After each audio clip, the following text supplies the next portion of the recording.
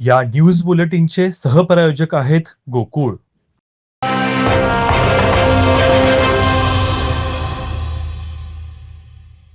पन्हाळा तालुक्यातील कोडोली इथं मशिदीमध्ये रोजा समाप्तीनिमित्त हिंदू मुस्लिम आणि सर्व धर्मीयांच्या ऐक्याचा सलोखा जपण्यासाठी आयोजित केलेल्या इफ्तार पार्टीला आमदार डॉक्टर विनय कोरे, आमदार दलित मित्र अशोकराव माने, गोकुळचे संचालक अमरसिंह पाटील, वारणा दूध संघाचे उपाध्यक्ष HR जाधव, सर्जेराव पाटील पेरिडकर आणि मुस्लिम नेते तरबेज मुल्ला, शौकत नदाफ उपस्थित होते.